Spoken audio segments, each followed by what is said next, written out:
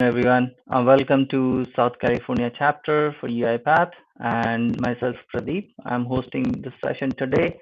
Along with me, I have Senior Product Manager from UiPath, Alex, and we are going to talk about automation lifecycle management. As part of this chapter, we have covered this topic uh, at our level with what we have understood, how we have used automation lifecycle, automation ops, to be honest, and shared with the community. We have received a huge response, and definitely a lot of requests were there to hear from the product management team to what are the features they are currently working on, what's coming up. So we decided to set up a session, and Alex was kind enough to devote this time. He is in Romania, and it's really late for him. And I'm really, really grateful and thankful for him taking this time to share an hour with us and give us the insider look behind the scenes of automation ops and what's with that being said, I'll hand it over to Alex and please take it over. Thank you, Pradeep. Thank you for the kind words. No worries. It's great to be among our users. This is what I also mentioned, Pradeep, previously. It's energizing. So we only have 1 hour. So I'll tell you a bit about how I thought about this session. So you know what to expect. So I'll propose a survey to you, so you can answer some questions there, so we get to know each other a bit better. I'll try to tell you about the automation lifecycle management story, which is, let's say, our key pillar in automation ops. And then I would love to hear your insights or questions, because we don't have every day this opportunity to let's say, directly talk uh, to each other. So let me actually share my screen and start this. Um,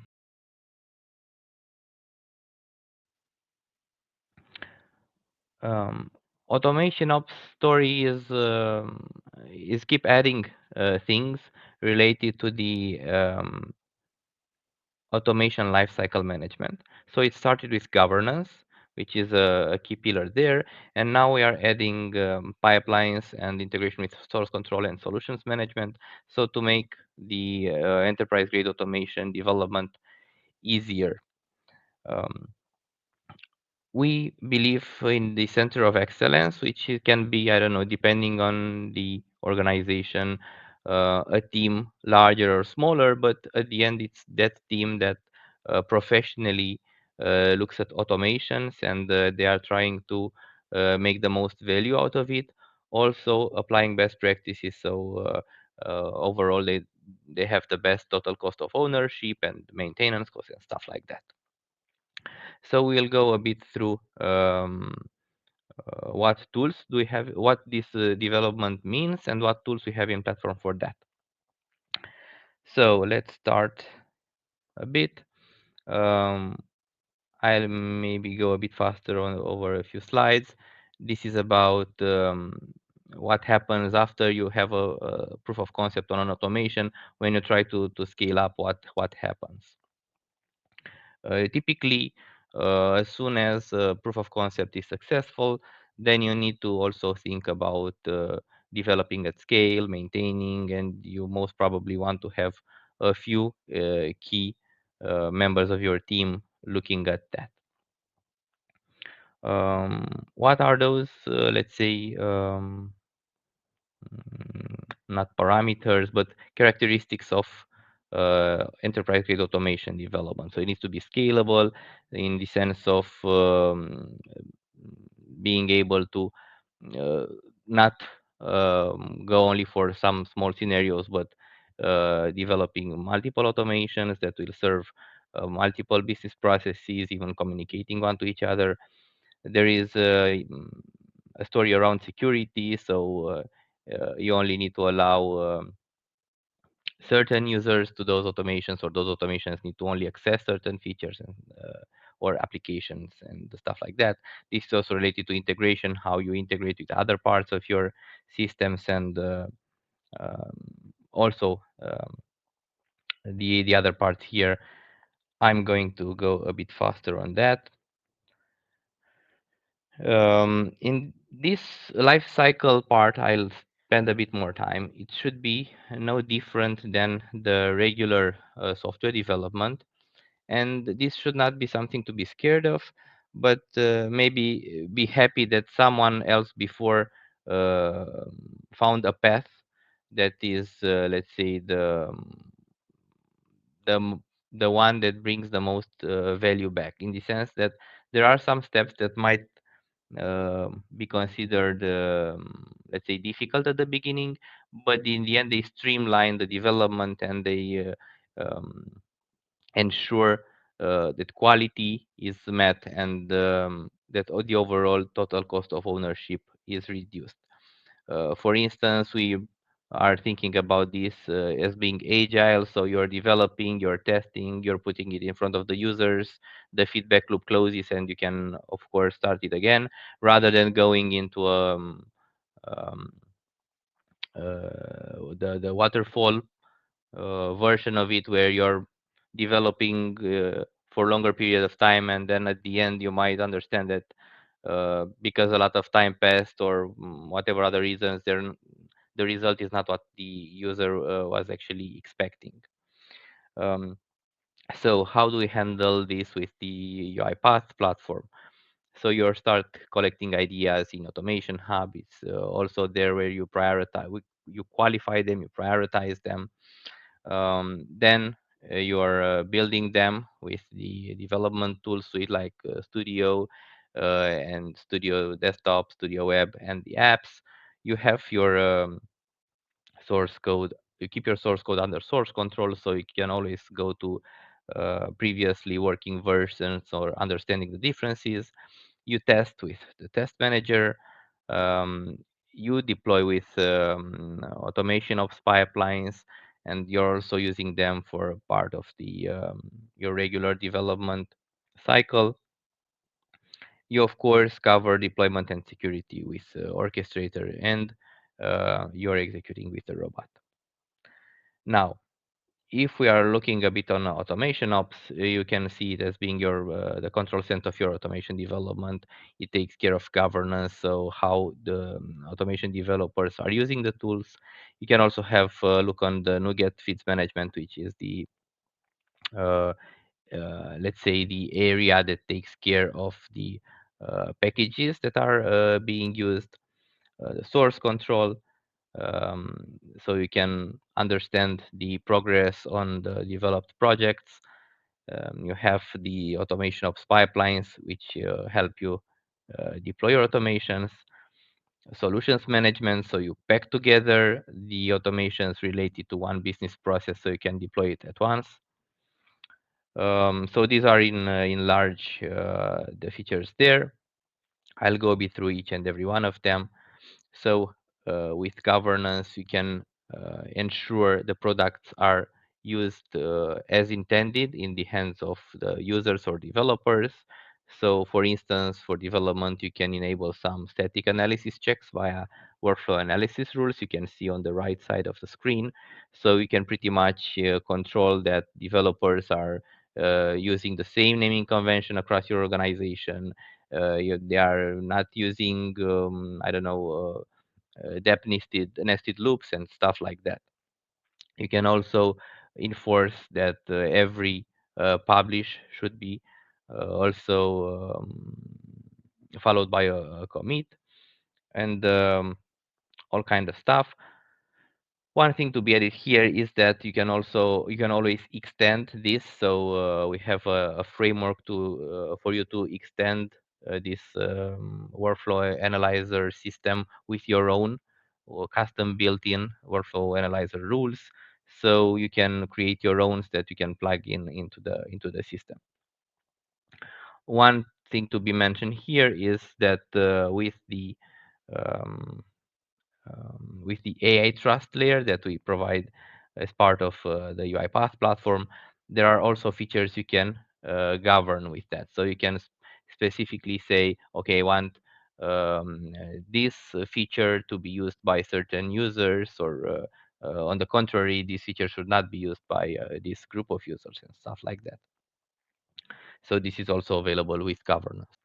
With the NuGet feed management, also part of the automation ops, you can manage your NuGet packages by copying them to one feed to another, browsing them, understanding versions available and stuff like that. And you can also set the feeds that are available to your developers. Source control is just a way of connecting your UiPath cloud organization to third-party source control providers such as GitHub and Azure repos. Benefits would be gaining an insight on those projects there and making them available to automation ops pipelines. Um, the pipelines are is a DevOps tool that take the code from the source code and it pass it through various quality checks, deploys it. It can also be suspended for human in the loop, so you can bring in someone to perform some checks, and only if approved to be resumed to take the automation to the next environment to be deployed to. So, for instance, this is useful for segregation of duties. You should typically not allow developers to access a production environment, and also the other way around. So, uh, business users should not be um, or should not have access to the development environment. And we announced this in the 1st of March. And also in the same timeline, solutions management was released in general availability. Um, this, let's say, feature makes deployment easier, and maybe not only deployment but also packaging everything together, everything that relates to one business process together, so it automatically gets deployed at once, and you can keep track of where you have deployed such a solution and what version of it, and all this management stuff. And also, there are features related to upgrading such a solution. So you can have an incremental development of that as well. As mentioned, this was also announced earlier this year. So this is, let's say, the final slide um, before I'll go into demo, and maybe we'll have a small Q&A in between. This is a proposal from our side about setting the platform right. So what's in this slide here is at the top there are three rows which can are the user groups. So in the platform, you of course define some user groups which should be business users or developers or support, and these orange columns here are the tenants, or the maybe on the reddish side, while the yellow side of orange, the finance and the HR, I created some folders here. So the story behind this is that in order to segregate your environments like development, UAT, and production, you also, let's say, need to provide your users access to those environments as well. So business users are only allowed to use the production environments, and maybe testing for business process owners. Developers should only have access to the development and UAT, and the support should have access to production. In the UAT and production tenant, so UAT should be as much as possible uh, mirroring the production environment. So once you test something in the UAT environment, which is user acceptance testing, um, you should gain confidence that that will also work in production. So this is why the those two tenants are resembling that much. Those folders there are meant for the business units. So in case you have, I don't know, teams or business units, they should have their own folders, so you can have access control towards that. At the bottom part of the screen, there is a relation to source control. So we recommend this one automation on repository on one side, and you can also set your own branches when you're developing features, but you should always let's say aim to have one branch that is a single source of truth for your production running automations. So you know that you can always rely on taking source code from that branch, creating automations, and those automations will work predictably as expected. Um, I guess this is my final slide. Um, Before going to what's next, I would go a bit and through the product and talk about what I've shown you here. But if there are any questions by this time, maybe this will be a good moment to take some questions. Because some of you are not familiar with automation ops, let me show you this.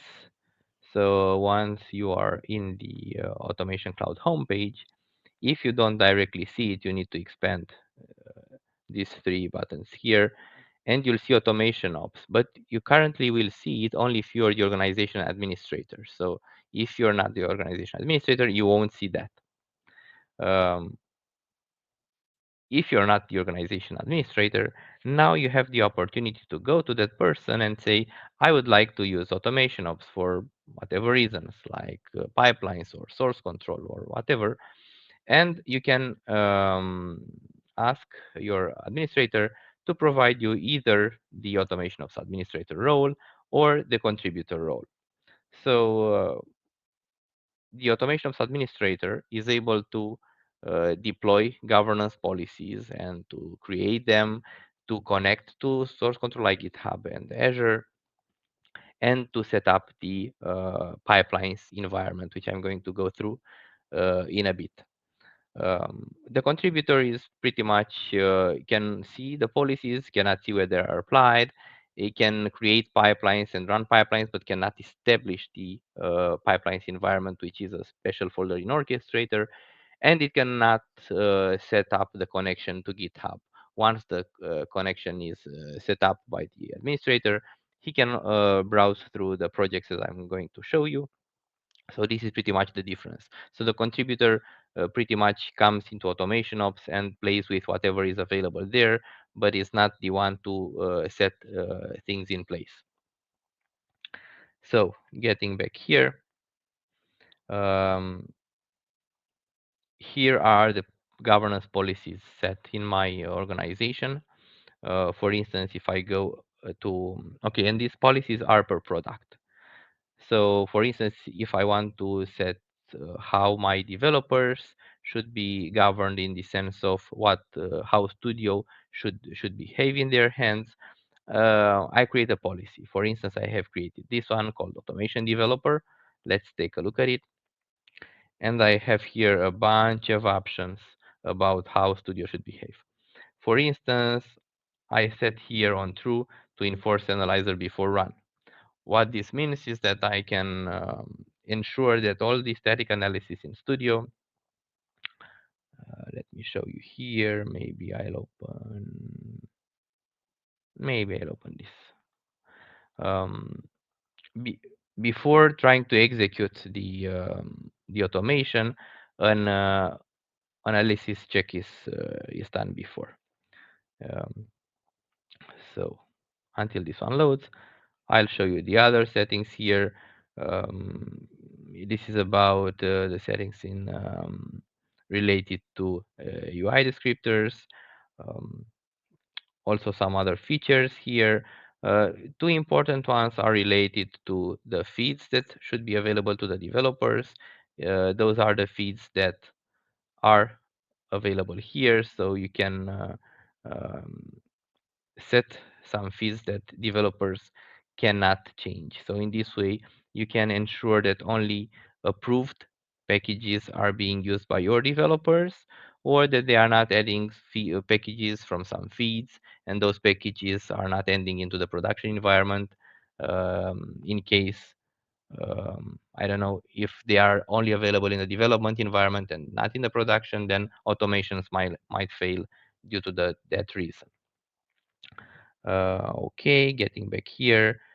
So these are the workflow analyzer rules I've talked to you about just a few seconds before.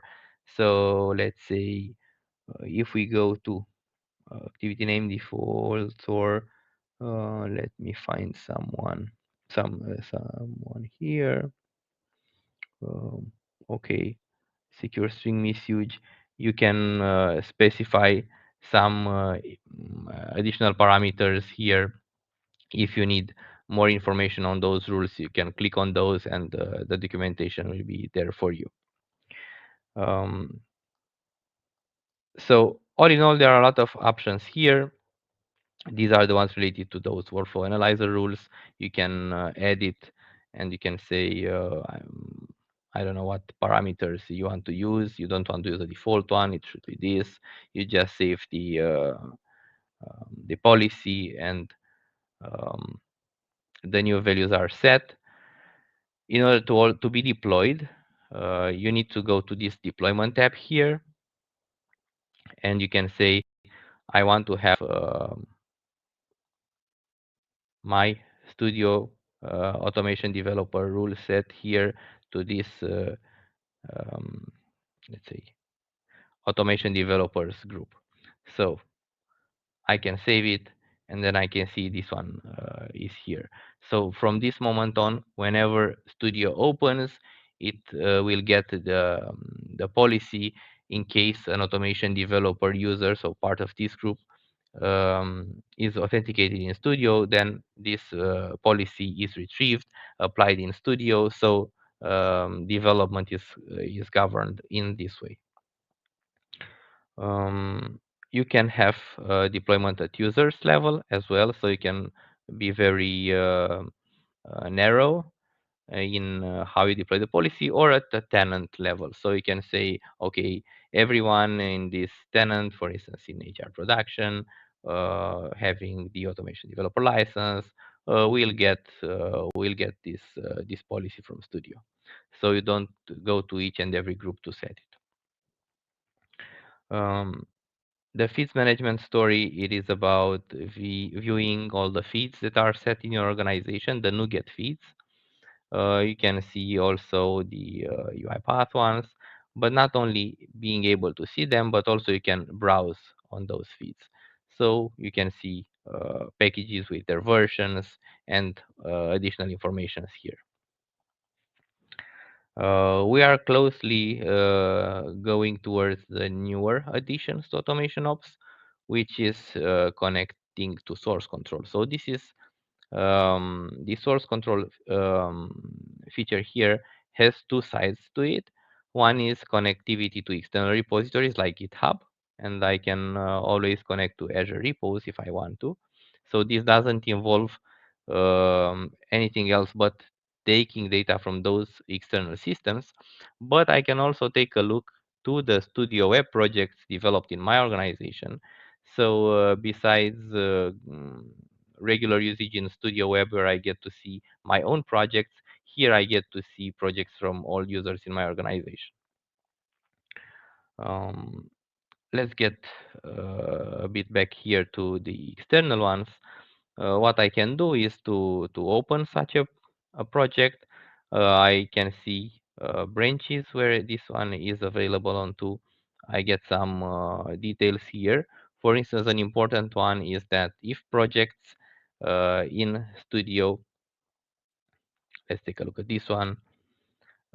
If I set here an automation hub idea URL, then this becomes also available here, and from a click of a button I can take a look and understand the idea behind the automation with all the details. So if someone I don't know wants to better understand what that automation does, or I don't know what change has been added it just clicks on that project, and it's been taken to automation hub. So here on this branch, I can see that this project had several versions. I can take a look on a version, see what changed. I can also have a fast comparison here. This is not as smart as, I don't know, other toolings you might have, but it's a you get a quick understanding of what changed, so you can focus directly on that to spot the differences. I think, Alex, I have a comment on this. I'm not sure if UiPath is going to expand on this particular comparison feature, because essentially sometimes we do get into a situation where you have two versions of a same file, and it becomes really pain to merge them together. Uh, so It, and any of the external tools cannot do it. I've tried other file compare tools and all that; they don't work. so the current, let's say, the better way of doing this is via Studio Desktop. So Studio Desktop has a comparison tool there. It is line by line, but you can get a better understanding of what changed there. And on the long run, we are also looking into having this, but maybe closer to Studio Web as part of the development tool in the browser. Okay, that's pretty Um, exciting. Now, what else? On the source control side, I would say that is pretty much it. Uh, I would skip for a minute solutions management and go to the pipelines, because pipelines are related to source control. And I'll continue with solutions management after the pipelines, because it will make sense that way. So with a pipeline, I can take the source code. I Before this session, I have started a pipeline, and I'll tell you what this pipeline does, because I also have some logs, but we can also read it on the left side. So it's imagine you have an automation that is its code it's stored in GitHub, for instance. So imagine that someone maybe did a change on a feature, and we want to ensure that everything is right before hitting production. So automatically the code is cloned. There are some versioning computations done here, but later an analysis step is performed. In this analysis step is performed against um, a governance policy user set here. Some tests are executed. If everything is okay, so any of these steps it fails, the pipeline is it's stopped. So everything goes well by here. The automation is built, the package is published, and whatever process was already there is updated. And now here we are on an approval suspension state. So I can go and see or approve the deployment to the next environments.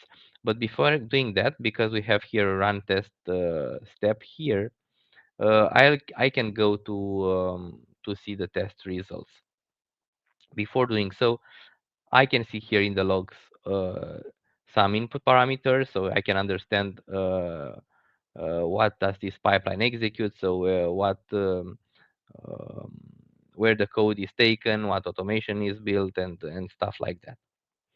So let's take a quick look to the run tests. Let me see here, so I can understand. I can find some logs here, for instance. Um,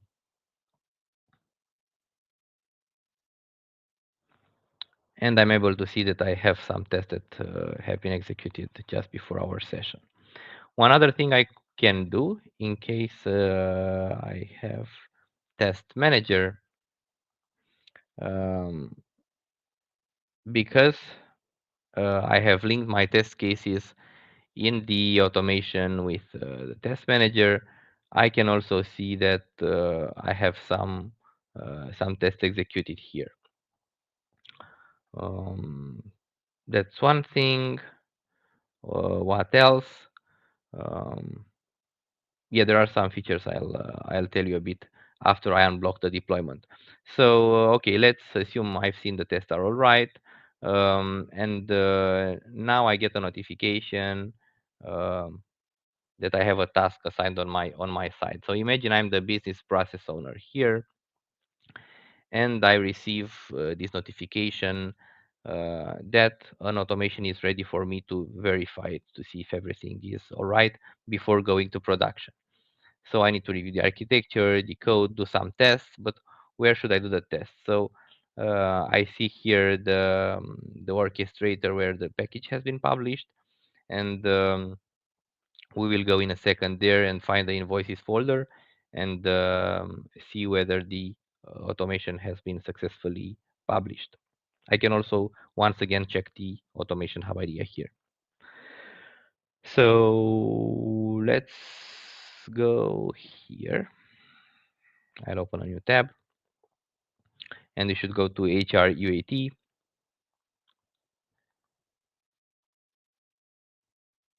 and let's see what we are looking for. We are looking for this version of our automation in the invoices folder.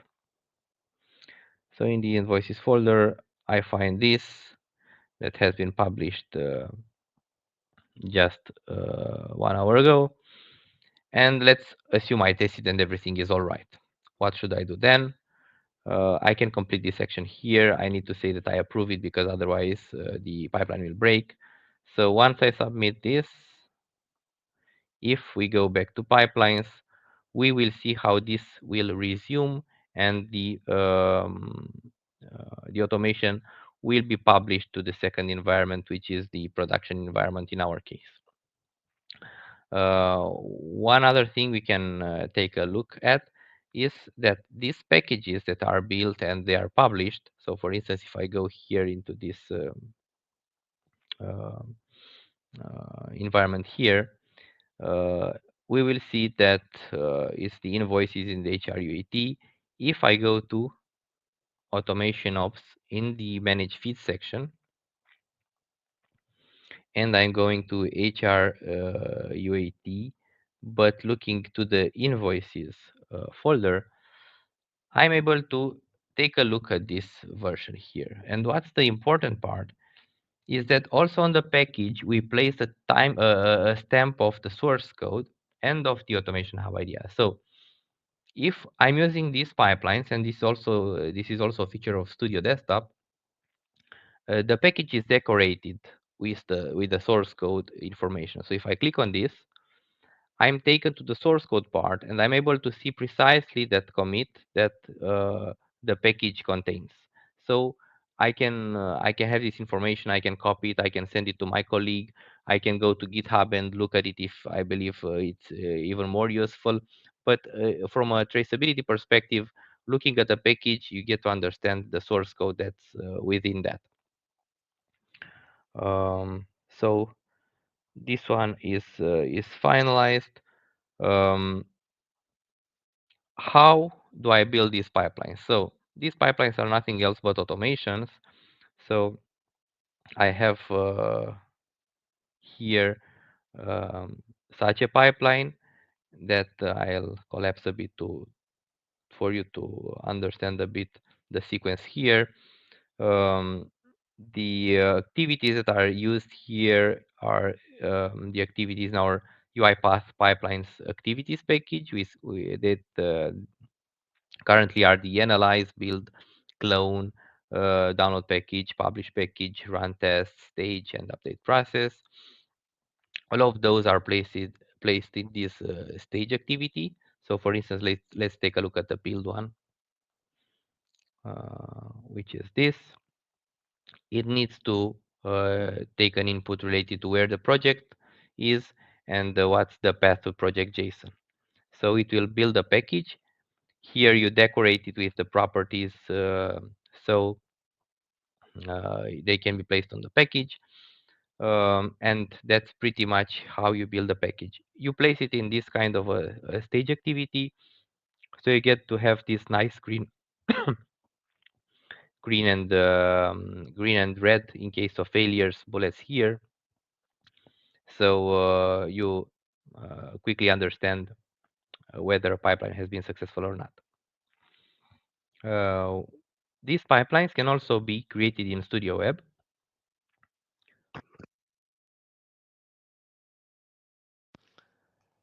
So you can always open such a pipeline.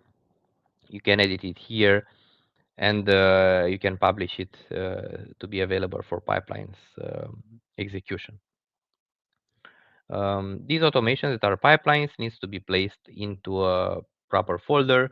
If you ever forget about that folder, you can go here to runtime settings, and you understand that in the dev orchestrator there is the pipelines folder. We can take a look at that in a second. Not here, but in the orchestrator.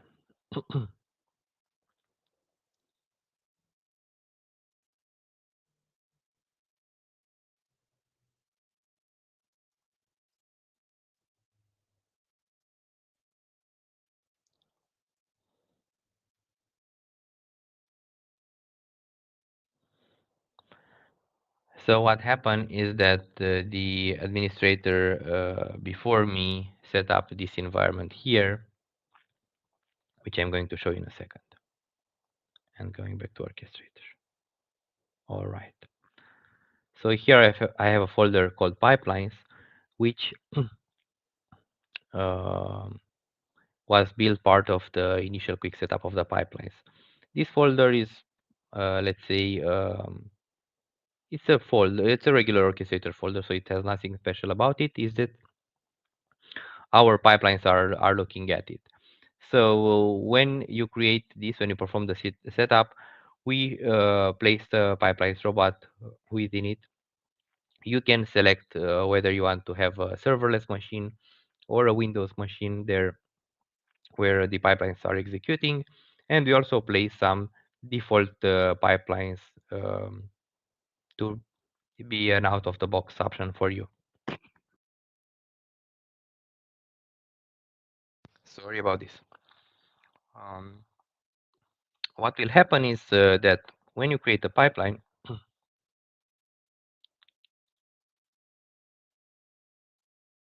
you are just specifying the repository.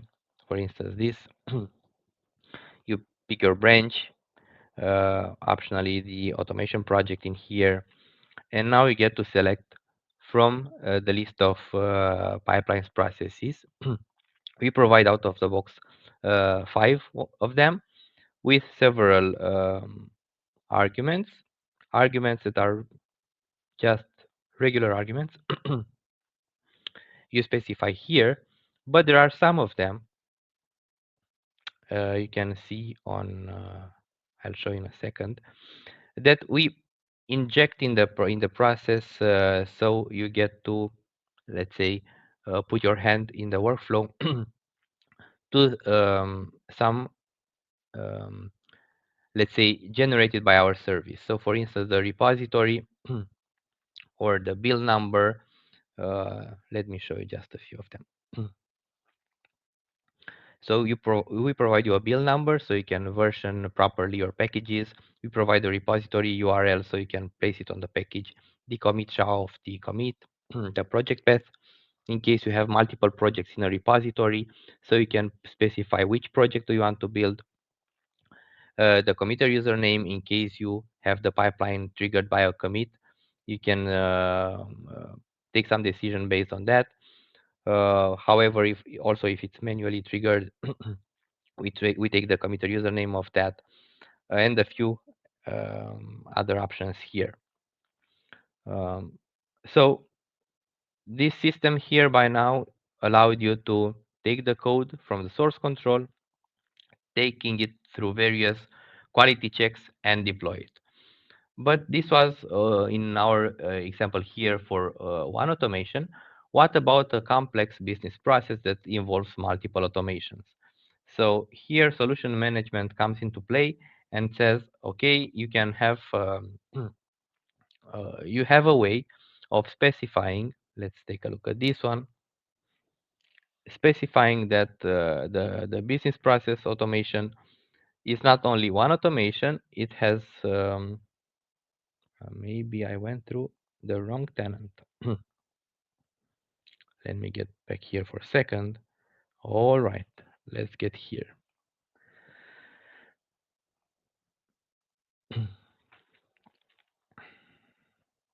So I can specify that I have a business process that's being served by an automation with three processes and an asset. And for each of those, I'm able to set some values here um, that will be taken together with the entire solution and deployed. I can also specify here whether that the user that will deploy this solution in the future will be able to modify this. Because what happens is, okay, I'm putting together a solution with some components here. I can edit some properties, okay? But at the end, so once this is packaged, at the deployment time, a bit later on, the user that deploys it can perform some adjustments. For instance, for sure it will need to update whatever credential assets I have part of my solution, because we don't place in the solution credentials as a security thing. So we can control what parameters maybe we want to not allow that the user to change a deployment time. So for instance, if I want this description to not be changeable at deployment time, I can lock it here. So it becomes unchangeable, right? So what I will do, I'll publish this. I'll set some information like the folder name that this solution will be deployed within, the package name, the version, and maybe a description. But I will publish it. Okay, it tells me that this version already exists.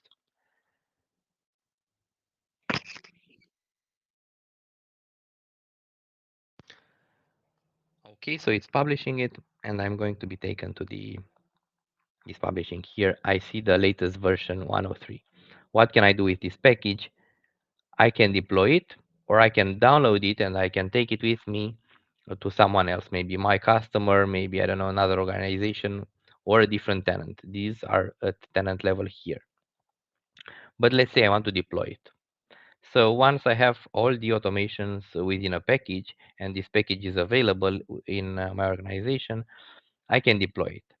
And it will tell me, okay, this is the solution. I can change its deployment name here. So I'll put it like US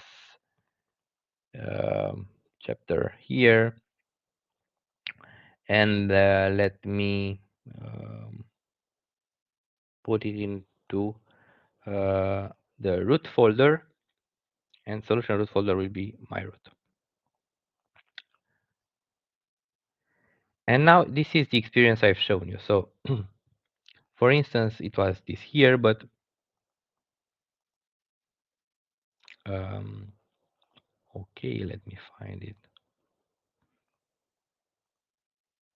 All right. These are all the components I was looking for, and then I can deploy it. I can also validate it at first, so I see that everything is all right.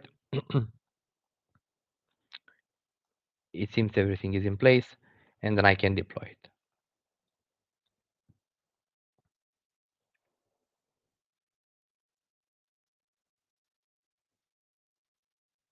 Okay, so I see it's in progress.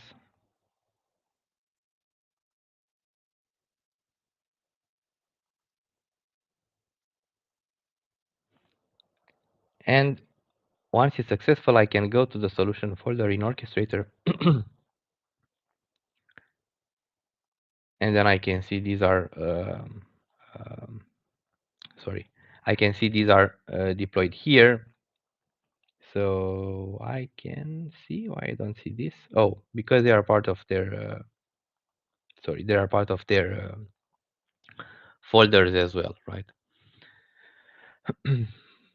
Here I have my automation. So the entire folder structure that I've selected in the solution packaging or project part it is available at deployment here. So I'll stop now because we are almost at time, and I know that was a lot of information here. So let me hear from you what questions are.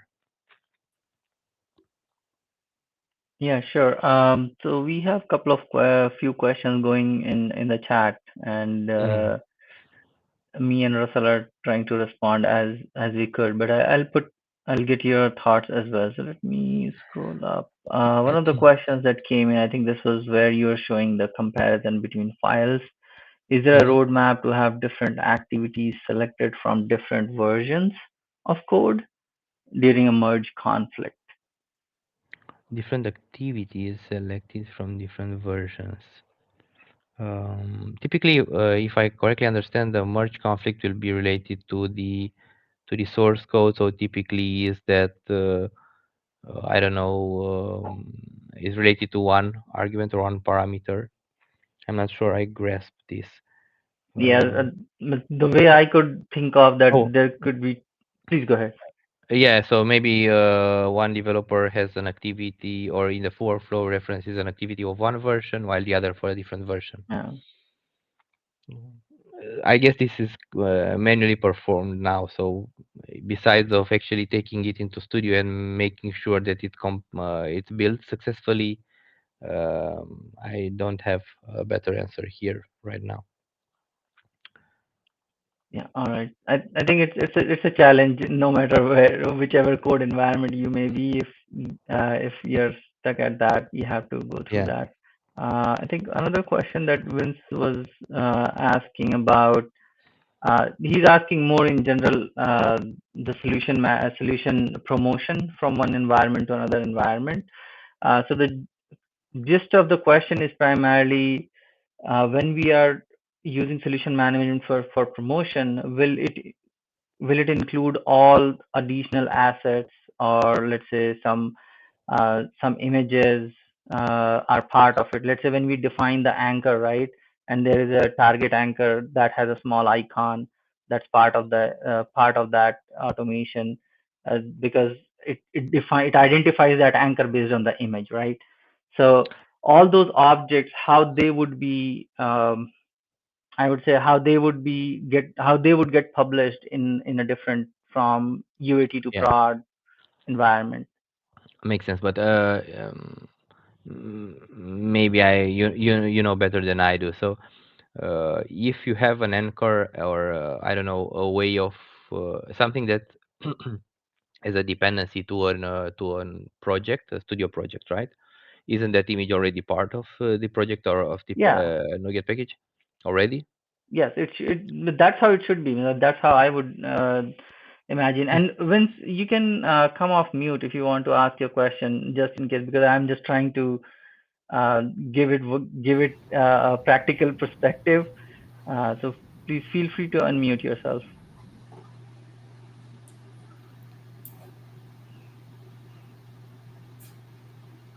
Let me see if I need to unmute you. Looks like. And if I may add as well, hey Alex, Hey, so in this, so we're talking about the images that are included, let's say for the different UI automation activities, right?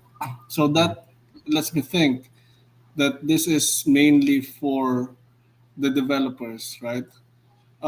It doesn't really necessitate having those images if you're just deploying and running from staging to production, right?